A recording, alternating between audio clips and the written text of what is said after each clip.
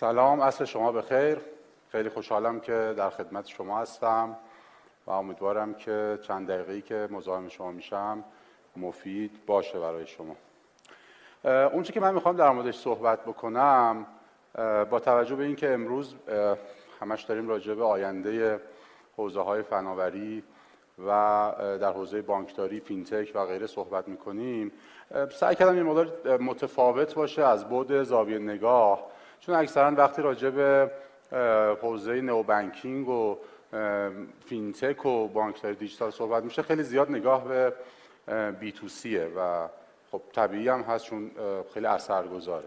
ولی قسمت بی تو بی قضیه خیلی موقع‌ها فرصت‌های توشه. صحبت‌های امروز هم تو پنل بود و آقای امینی گفتن که این بازی مقداری بازی کمتر شناخته شده. لذا چند دقیقه که خدمتتون هستم سعی می‌کنم راجع به این صحبت کنم که بانکداری بی تو بی، حالا ترجمهش شرکتی، تجاری، اصناف، این داره چی میشه و قراره که به کجا بره. قبل از هر چیز فقط به رسم ادب معرفی کنم. من فرجود هستم، مدیر عامل هلدینگ فناوری و نوآوری بانک تجارت. خانواده ما این خانواده از 8 تا شرکت اصلی داریم و مجموعه در واقع شرکت‌های دیگری که در اونها سهام داریم. از بعد حوزه فعالیت تقریبا در حوزه بانکداری و فینتک یک سبد متوازنی داریم، هم شرکت‌های حوزه زیرساخت، هم نرم افزار، حوزه اپلیکیشن داریم، هم خوشبختانه با افتخار در خدمت خیلی از کسب و کارهای نوآورانه و استارتاپ‌ها و بازیگران با سابقه‌تر حوزه نوآوری فناوری کشور هست. از اینجا شروع کنم که بانکداری داره کجا میره. حتما خیلیاتون میدونید، خیلی نمیخوام دوباره تکرار بکنم همه اینا رو، ولی چند تا ترند جدی در بانکداری داریم این روزا که مهمه که بهش توجه کنیم. مهمترینش اینه که بانک‌ها فهمیدن که دیگه آیندهشون صرفاً در اون زمین بازی که تا الان داشتن نیست و باید برن سراغ کارهای دیگه. لذا ترند خیلی جدی اینه که بانک‌ها دارن وارد بازارهای مرتبط میشن. کنار اون بحث امبدد بانکینگ که کمی امروز راجع بهش صحبت می‌کنیم، اینم خیلی داره جدی میشه. به تجربه کاربری خیلی توجه می‌کنن و در واقع مسیر مشتری. طبیعتاً داده خیلی مهمه و خیلی از بیزنس مدل‌های جدید بانک‌ها مبناش داده است. یک باز موضوع دیگری که داریم خیلی زیاد می‌بینیم کلاً شخصی سازی و پرسونالیزیشن، چه در قسمت بانکداری شخصی چه بانکداری شرکتی. و حالا این عنوان خیلی مؤدبانه‌ش محول کردن کارها به فینتک ها، ولی معنی واقعیش اینه که خیلی از کارهایی که به طور سنتی بانک‌ها انجام میدادن دیگه داره توسط فینتک ها انجام میشه. و خب اینکه استراتژی بانک در مقابل فینتک چی هست، حالا اون به جای خودش، ولی واقعیتش اینه که آنچه که ما از بانکداری میشناختیم خیلیش و بیشتر و حتی با سرعت و کیفیت بهتر داره توسط فینتک ها انجام میشه.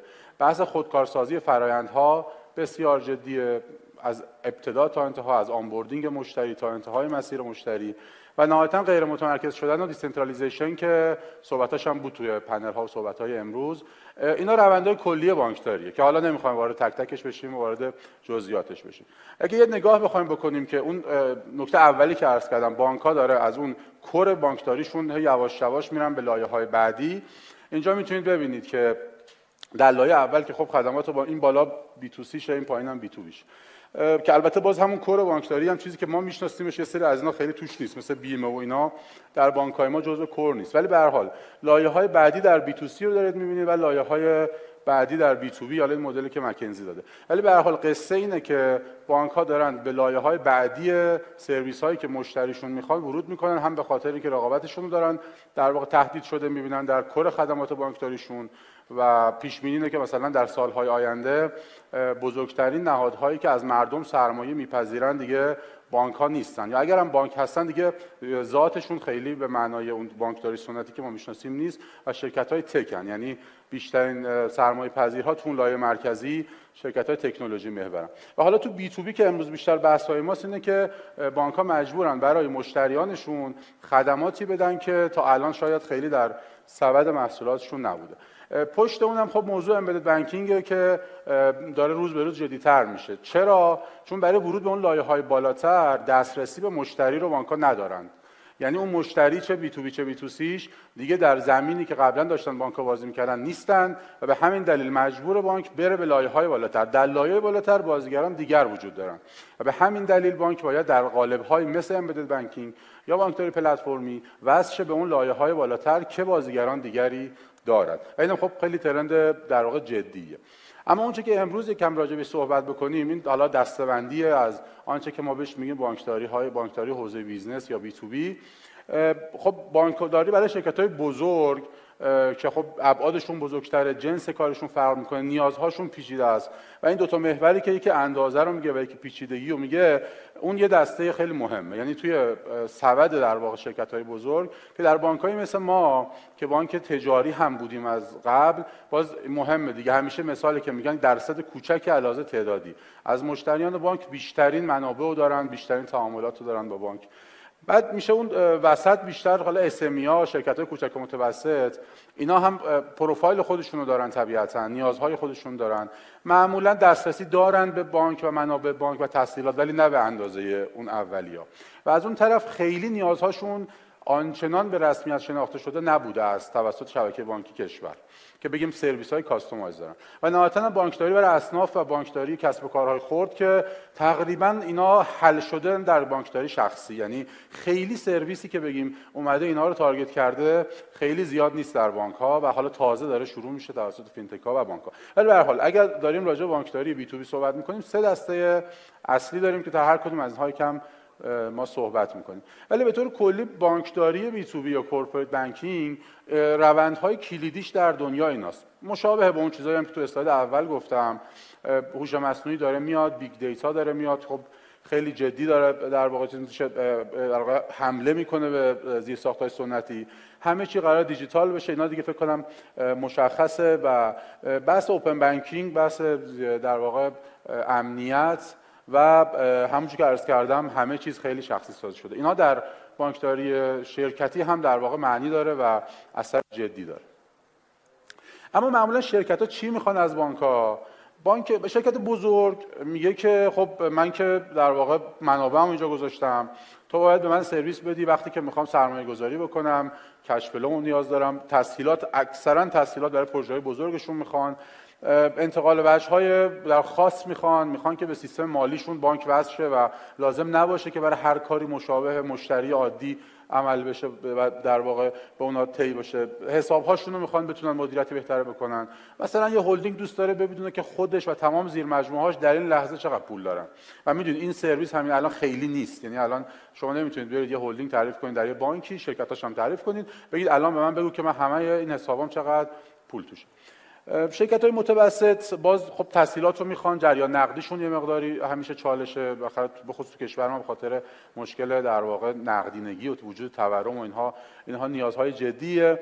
کسب و کار کوچکتر همین جوری ولی معمولا خدمات ساده‌تر میخوان و دوست دارن که خدمات اعتباری بگیرن، مواد اولیه میخوان بخرن. اینها ساختار در واقع جریان نقدیشون خیلی شکننده است. یعنی یه مشتری بزرگشون پولشون رو نده، از اون نمیتونن برن به تامین کننده های کالا و مواد اولیه‌شون تعهداتشون رو انجام بدن. ولذا در این لایه‌ها هر چی که به این ورتر میایم، هم از این طرف بانک خیلی نمیتونه روشون تمرکز بکنه چون تعدادشون زیاده، سرویس های کاستومایز ندارن چون پلتفرم های بانکی اینقدر پرسونالیزیشن نشدن و از اون ورم معمولا توجه همیشه به اون بزرگتراست و لذا هرچی میام این ورتر اینا در استفاده از خدمات بانکی، دسترسی به خدمات بانکی معمولا چالش بیشتری دارن. و همونجوری که عرض کردم اصناف که حتی در شناساییشون هم مسئله است. یعنی اینکه صنف این فرد بالاخره یا شرکته که شرکت یا یک نهاد بیزنسیه، از یه بودی فرده، چون اکثر اینا سلف فانددن، یعنی اصناف و کسب و کار خرد خودشه، حالا یا اون مغازشه یا صنفشه یا اون در واقع کسب و کار خانگیشه، ولی حقوق میده و یک رفتارهای کسب و کاری جدی هم داره. و این روزها خب ما می‌بینیم تو فضای دیجیتال هم زیادن دیگه کسب و کارهایی که در شبکه‌های اجتماعی دارن کار میکنن و تقریبا سرویس‌هایی که میخوان لزوما یکجا نیست. ولی به هر حال اینا اون چیزی که اونا دارن میبینن از جانب خودشون. اما شرکت‌های بزرگ، چیزی که این روزا خیلی الان مهم شده اینه که برای که اون نیاز کامپلکس رو شما بتونید جواب بدین، باید بریم به سمتی که بانک بشه پلتفرم. یعنی بانک نمیتونه خودش به تنهایی همه نیازها رو برآورده کنه، لذا احتمالاً نیاز خواهد داشت که خودش بشینه در مرکز و کمک کنه با شبکه‌ای از بازیگران خدماتی بده که اون حالا کسب و کار میخواد. لذا اینجا بحث اینه که بانک چقدر میتونه نقش پلتفرمی داشته باشه. حالا داریم راجع به بانکداری شرکتی صحبت میکنیم و بیشتر هم الان نگاهمون به شرکت‌های بزرگه. حالا بعد به سراغ اس‌ام‌ای‌ها و اصناف هم میریم. ولی اینجا طبیعتاً شرکت بزرگ همونش که عرض کردم میگه که من میخوام حسابامو یک جا ببینم، مجموعه شرکت‌هامو بتونم کنترل بکنم، با بانک روابطم رو. از اون طرف دوست داره که همه چی سریع باشه، یه سری میکرو سرویس بهش بدیم، تو سیستم‌های ERP اینا رو اینتگریت بکنه. و لذا تو این فضا ما اصلا نمیتونیم که به همون شیوه که قبلا داشتیم با اینا تا می‌کردیم آقا بیاید این فرما رو پر کن، نمیدونم بیا تو شعبه و اینها رفتار بکنیم، که حالا عرض می‌کنم. حالا این اسم در واقع رویداد موبایل فرسته، یکی از مهمترین ترندهای بانکداری شرکتی اینه که اونا مثل همه دوستان همه چی رو موبایل باشه. یعنی دیگه بانکداری شرکتی هم نباید یا اپلیکیشنی باشد که خیلی پیچیده است و اینا. مدیر عامل میگه که برای من چکار رو بفرستید، من تو موبایل تایید کنم پرداخت بشه. دستور پرداخت‌ها رو من با تو موبایل ببینم. تمام کارتابلم با بانک رو با تو موبایل ببینم. ولذا اگر داریم راجع به بانکداری شرکتی فکر می‌کنیم با هر مدلش، چه در سمت بانک چه به اون یک فینتک که کلی فرصت هم اینجا هست که حالا عرض می‌کنم، طبیعتاً همه چی نگاه اول باید به موبایل باشه. اگر بخوایم کلی نگاه کنیم، حالا بیشتر در مورد تجارته ولی خیلی فرق هم نمیکنه. اگه مرکزیت رو بدیم به اون مشتری، قبلا خب کار بانکی شما می‌کردیم دیگه، خدمات مالی و افتتاح حساب و انتقال وجوه و سپرده و تعهدات و غیره که همتون میدونید. ولی الان اومده میگه که خب بیمه هم مثلا اگر شما دارید من از همین کانال بگیرم دیگه، لیزینگ هم همینجور. برای پرسنل من میخوام وام بدم، یه پکیج رفاهی هم برای پرسنلم به من بدید. حالا ما چند تاشو داریم دیگه، مثلا حالا ما سرمایه گذاری کردیم، مثلا پیبار ما خودش یه فینتک در واقع لوجستیک، خیلی از مشتری بزرگ بانک ما الان سرویس پیبار رو روی پکیجشون دارن. یعنی سرویسی است که بانک تعریف کرده، تسویه در واقع لوجستیک مشتریان بزرگ وقتی که بارهای در واقع زیادی دارن، تسویه بین باربری و راننده و در واقع خود بانک رو، خود مشتری رو بانک انجام میده. کلا عرض کنم کار آسونی هم نیست، یعنی یک فرایندی داره و کلی در واقع تسویه ها داره. حالا این سرویسی است که این در واقع استارتاپ ما داره به اینها میده. البته دیگه الان استارتاپ هم نیست، چند سال از عمرش گذشته. متأرزم اینه که مجبور بانک به سراغ این فضا بره. و نکته مهمش اینه که در این نگاه برای یک کورپوریت بزرگ شما باید این اکوسیستم رو یواش یواش بسازید. حالا چیزی که در تجارت هم ما به سمتش رفتیم، این اپلیکیشن جدیده که فکر کنم الان دیگه مراحل آخرشه، داره توی چند تا شرکت تست میشه و چند تا هلدینگ و از انتهای فصل ان شاءالله عملیاتی میشه. اینا برای مثال دارم میدونم با بانک‌ها دیگه هم دارن همین کارو میکنن. منتها از ابتدا دیزاینش اصلا اینجوری بوده که این یک پلتفرم، علاوه بر بانک سرویس دهنده های دیگری هم به کسانی که سرویس میخوان که میشن مشتریان بانک حتما سرویس میدن. برخیشون همین الان در سبد شرکت‌های خودمون هستن، مثل قبضینو، مثل پیبار، مثل آوای اطمینان، که اینها شرکت‌هایی هستن که تو استاد اول بود در سبد خود ما سرویس میدن از بستر پلتفرم بانک و همین ایما که اینم باز موبایل فرست هست و کلا بر مبنای تجربه جدید هست و علاوه بر این کاری که داره میکنه قرار اون در واقع سرویس ها رو هم بده که حالا عرض میکنم دیگه در حال نهایی شدنه. لذا برای مشتری بزرگ چیزی که مهمه اینه، میگه من میخوام شما به من انعطاف بدید، من سرویس دهنده های دیگری دارم در درون خودم، یک کسی سامانه حسابداریمو نوشته، سامانه های ERP و منابع انسانی و غیره و غیره، شما نمیتونید به من بگید که فقط باید با یکی کار کنی. و از اون طرف من پرداخت دارم. مثلا میگم شما فرض کنید یه فروشگاه زنجیره‌ای اکثر شعبش فرانچایز دیگه، خیلی هاشون اینجوریان و اونجا باید تصفیه کنن مثلا قبض برقشون رو و تصمیم گرفتن که قبض برق 50% رو مرکزی بدن، 50% رو صاحب مثلا اون فروشگاه بده. فرض کنیم که همه این قبوز آب و برق گاز قرار که مرکزی کنترل بشه و خود بانک هم کمک کنه که این انجام بشه. این کاری که خیلی هاشون میخوان. شاید فکر کنیم که علاوه حجم عملیات مقایسه نمیشه کرد با حجم عملیات یک کورپوریت بزرگ، ولی بسیار در واقع نقطه درد جدیه برای خیلی از اینها. لذا اینجا در واقع در بانکداری شرکتی اون اکوسیستمی که نیاز هستش که ایجاد بشه، بازیگرانی از جنس بازیگران فینتک میخواد که اینا بیان کنار بانک‌ها و بتوانند با هم سرویسی بدن اینتگریتد برای اون مشتری که مشتری حالا بانکداری شرکتی. اما شرکت‌های اس‌امی چی؟ حالا این اسلاید جالبه ببینید. اس‌امی‌ها 73% وقت، 74% وقتشون رو انرژیشون رو دارن برای جاهایی میگذارن که در لاین اصلی کسب و کارشون نیست و میبینید خیلیش هم بحث‌های مالی و بانکی و حسابداری و ایناست. وقت میگیره ازشون چون متخصص نیستن و اینقدر نمیتونن نیرو داشته باشن که همه این کارا رو بتونن با در واقع سرعت بالا انجام بدن.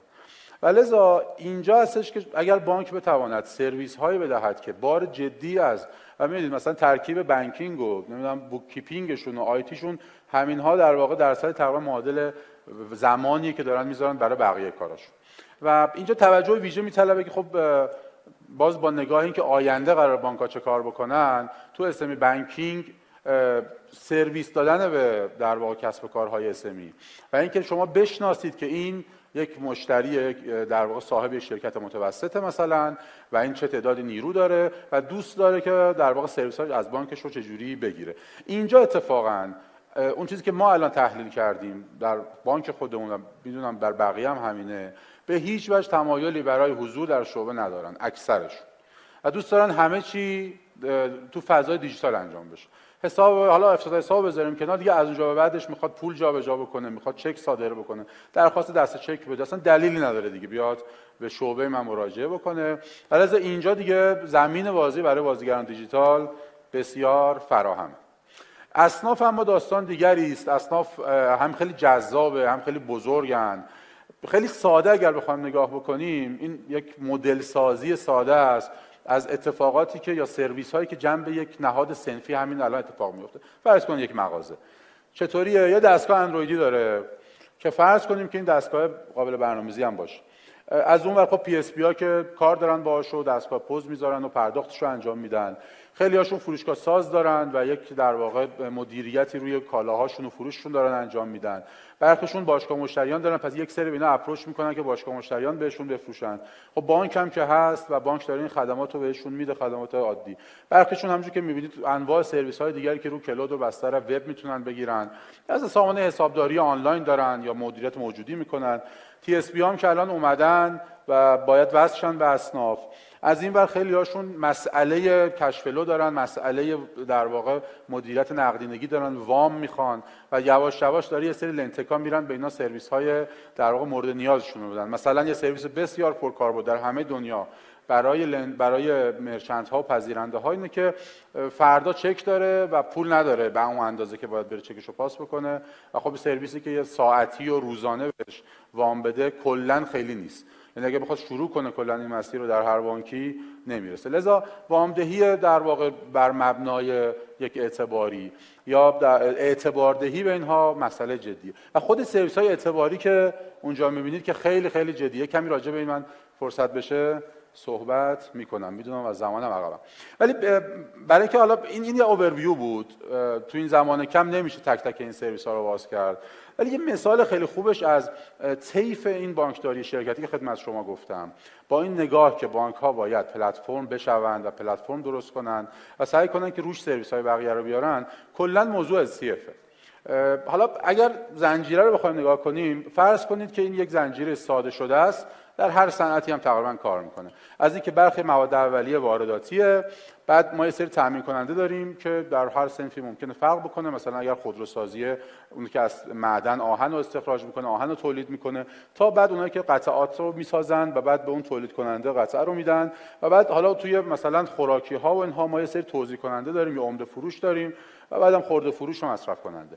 در این چین همه جای دنیا الان اینجوریه، باز تو کشور ما الان این روزا خیلی نیازه. موضوع اعتباریه، یعنی اعتبار به جای جریان نقد که خب ذات SCF هم همینو میگه و روی اینها میشود خیلی کارا کرد که ذاتاً خیلی از فینتک‌های ما خیلی تو این حوزه یعنی توجهشون جلب نکرده بوده، به خاطر اینکه شاید بیشتر متوجه بازار بی تو سی بودن، ولی عددا اینجا اصلا کوچیک نیست، نیازها هم نیازهای جدیه و اتفاقا خیلی سریع توسط مشتریان اینا در واقع جذب میشه و جلب میشه. من برخیشو خدمت شما میگم که در تجارت حالا ما چیکار کردیم، ولی در واقع قابل تعمیمه. فقط یه چیزی عرض بکنم، یه اتفاق خوبی که افتاده در تجارت اینه که ما این کل این زنجیره زنجیره رو یک دونه پلتفرم آوردیم، یعنی زیر همه اینا یه دونه پلتفرم انتقال اعتبار درست کردیم و در حالت خیلی خیلی ایدئالش فرض کنید اینجور می شود که مصرف کننده اعتبار داره به هر طریقی، از بانک گرفته، از شرکتش گرفته یا از کارفرماش گرفته و اون اعتبار رو در جایی خرج میکنه که مثلا خرده فروشیه، حالا هر صنفی. و اینی که دارم میگم در تئوری عملش هم میگم. خرده فروشی اعتباری که از مصرف کننده ها گرفته رو جمع میکنه و به اون توزیع کننده میده به جای نقد. باز اینجا درصد زیادی از گردش نقد کنترل میشه. و بعد فرض کنید که اون توزیع کننده به تولید کننده همین اعتبار رو منتقل بکنه که مثلا در صنف در واقع کالاهای تون مصرف که میشه سوپرمارکت ها و اینها، مثلا فرض کنید که کاله و میهن و گلستان و غیره که توزیع کننده هاشون هم مال خودشون هستن، خیلیا میان اعتبار رو میگیرن و اون اعتبار مثلا میرسه به اون تولید کننده مواد غذایی یا بهداشتی آرایشی. حالا این دوباره باید به کی در واقع بده؟ به تامین کننده هاش که لایه پشتیه. مثلا ممکنه که دامداران کشاورزان در مواد خوراکی باشن یا قطع ساز خودروساز. اینم در واقع تا انتهای این لایه که حالا این دیگه خیلی لایه آخرش دیگه فرض کنیم ایدئاله که تبدیل بشه به اون چیزی که نیازمند در واقع بودجه ارزیه. ولی اگر بشود این زنجیرها رو به هم وصل کرد، اتفاق بسیار مهمی در بانکداری شرکتی میفته که من چند تا از این نمونه‌هاش رو اینجا بگم و چند تا اسلاید آخرم هست. اون چیزی که در تجارت الان داره اتفاق میفته و رو همین نگاه هم که عرض کردم اومدیم این پلتفرم رو درست کردیم، هر کدوم از اینا که می‌بینید الان یه دونه محصوله و همش هم خب برای خودش در واقع یوزر داره. من خیلی ساده فقط بگم کدومه. محصول کالا نوع ما، اون چیزی که در بازار اومد فعلا این تیکشه، ما اعتبار میدیم به مصرف کننده با یک مدلی که بتونه از تولید کننده اصلی که حالا اینجا بیشتر لوازم خانگی بوده و فکر کنم 50 تا شرکت لوازم خانگی اینجا هستند خرید بکنه با یک مکانیزم. کنار این ما این تامین نو رو داشتیم که خود SCF اصلی که میشناسیمش، مثلا میگم الان در زنجیره SCF حدود فکر کنم 2000 تا شرکت در زنجیرهای مختلف فقط اینجا هستن که تامین کننده ها با تولید کننده ها در واقع تعاملاتشون تنظیم میشه. یعنی مثلا ایران خودرو، سایپا از اینجا از SCF اعتبار میگیرن به زنجیره پشتیشون که چند تا حلقه است و معمولا فکر کنم تا 4 5 حلقه هم میره، از اعتبارشون استفاده میکنن. یا مثلا محصول کشت نو برای توزیع کننده ها، برای در واقع تولید کننده از با کشاورزان و حالا غیره که هر کدوم از اینا، حالا یه چیز من دیگه وقت شما رو نمیگیرم. فقط عدد و رقم بخوایم بدونیم در این اکوسیستم. البته یه چیزی هم عرض کنم، در حالت ایدئالش این روز نو هم اعتبار B2C، یعنی اگر ما فرض بکنیم که این اعتبار B2C منتقل میشود به خرده فروش که الان داره میشه و بعد خرده فروش با اون پلن کسب نوع ما اعتبار رو میدهد به توزیع کننده که همین الان هست. فقط فکر کنم اگه اشتباه نکنم 13000 سوپرمارکت الان روی همین طرح کسب نوع الان هستن و بعد این اعتبار رو بدهد به در واقع اون توزیع کننده که حالا تجمیع میکنه از این مغازه ها و بعد اون میدهد به لایه پشتی که تولید کننده است. تا همینجا چه اتفاق بیفته، یعنی اینکه بدون اینکه لزوما جریان نقد در کار باشه، اعتبارات کنترل شده است، تضامین میخواد اون وسطا. مثلا مجبور شدیم که LC رو کلا به صورت دیجیتال داشته باشیم، برات الکترونیک میخواد، امضا الکترونیک میخواد و دیجیتال، سفته باید اینجا باشه که الکترونیک هست دیگه. ابزارها همه طبیعتا همونجوری که میدونید الکترونیک میشه. ولی زنجیره سازی که بسیار کار سختی هم هست، اگر اتفاق بیفته که حالا نمونه‌هاشو داریم می‌بینیم، باعث میشه که کل این کسب و کارها امپاور بشن. این از این بود نمیگم که حالا خیلی، چون همه ممکنه در هر کدوم از بانک‌ها مسئولیت خودشون داشته باشن. از این بود دارم عرض می‌کنم که اگر از نگاه سرمایه‌گذاری و نگاه فینتک داریم نگاه می‌کنیم، هر کدوم از اینا داره با یک بازیگر فینتکی اتفاق میفته و جا برای خیلی بازی‌های دیگه هم هست تو زنجیرهای صنفی مختلف. فکر کنم ما الان 5 6 تا زنجیره صنفی اصلی رو الان داریم، در حالی که ما بیش از 500 تا صنف داریم. هر کدوم هم نیازشون با هم متفاوته و تقریبا همشون هم همه اینو دارن. یعنی اگر کشاورزی رو نگاه کنین همینجوره، حوزه مواد غذایی پشتش میاد، از اون ور شوینده‌ها، بهداشتی، آرایشی و تولیدیا. چی شد این کدوم بره؟ این اسلاید بعدی رو اگر بزنید خیلی کار نمی‌کنه. دارم سعی میکنم بزنم. این اسلاید بعدی میذاریم. فقط چون حالا عرض کردم خدمت شما، از رقماش هم میتونید ببینید. حدود 37 همت توی تقریبا یک سال و نیم اخیر تو همین ابزارها اعتبار در واقع استفاده شده که نشون دهنده ابعاد کاره و عرض کردم خدمت حدود 2000 تا مجموعه شرکت و حدود 13000 تا هم صنف درگیر شدن. اسلاید آخرم بانکداری شرکتی، تجاری، صنفی هم مثل بانکداری شخصی کاملا مستعد دیجیتال شدن، مستعد فرصت‌های جدی برای کسب و کارها و آیندهش هم برای هر کدوم از کسب و کارها که توش میان فرصت‌های جدی داره، ولی یه سری چیزا هم لازم داره. کل احراز هویت تو این حوزه خیلی نداریم، یعنی ما KYC مون تقریبا تو حوزه بانکداری شخصی کامل شده، ولی KYB هنوز مسئله جدیه. اعتبار سنجی بسیار مورد نیازه، یعنی الان به راحتی یک مجموعه کسب و کاری میتونه از یک بانکی در واقع اعتبار گرفته باشه، کار کرده باشه و مستقل از اینکه چقدر این اعتبارش مثبت یا منفی بوده ممکنه که در بانک بعدی و بعدی هم بره. فقط وقتی خیلی به خط قرمزا میرسه محدودیت براش درست میشه. و اعتبار سنجی شرکتی نداریم به اون معنا. ابزارهای اعتباری هم همونجوری عرض کردم ابزارهای جدید نیست، اینا باید بروز بشه. پیمنت های بی تو بی حوزه خیلی جدیه و خوبی و جدیدیه که خیلی از فینتک‌ها الان سراغ این رفتن. نوع نیازشون هم خب خیلی با هم فرق میکنه. یه بحث خیلی جدی‌ترش همونجوری که عرض کردم، دنیای بانکداری با دنیای شرکت داری خیلی با هم دورن و نه بانک‌ها اینقدر میدونن که تو شرکت‌ها چه خبره. اکثر بانک‌ها، اکثر ما بانکدارا وقتی که میریم یه مدیر مالی می‌بینیم و مدیر عامل می‌بینیم و یک دو تا عضو هیئت مدیره. نمیدونیم که در درون شرکت به خصوص شرکت اسمی دقیقاً چه خبره و اون چی می‌خواد و چی نیازی رو در واقع داره و اینکه بتونیم اینا رو یکپارچه بکنیم مسئله جدیه. و نهایتاً هم لندینگ خب همه میدونن دیگه، وامدهی همون جوری که برای بی تو سی خیلی مسئله جدیه، برای بی تو بی هم به شدت نیازه. اما متاسفانه الان بیشتر مبنای رابطه است که کی بتونه رابطه بهتری بزنه با مدیر شعبه و رئیس منطقه و مدیر عامل بانک رو بتونه بره شاید یه وامی بگیره، در حالی که مبنا باید چیز دیگری باشه و اصولا مبناش هم داد است. و در مدلی که از بانکداری آینده می‌بینیم اکثر اینها بر مبنای پلتفرم دیجیتاله و بر مبنای همونجوری که عرض کردم روش‌های حالا مدل مثل امبدد بانکینگ که میره لبه مشتری رو میشناسه، میدونه کی پول میخواد، میدونه برای چی میخواد، اتفاقا بهش توصیه میکنه که تو الان پول نگیری بهتره، به جای وام مثلا بیا اعتبار بگیر، یا به جای وام بیا روش‌های جدید از ترکیب اعتبار و وام بگیر که فقط تعهد به بانک نداشته باشه که حالا اون داستانای بعدیش هم داره.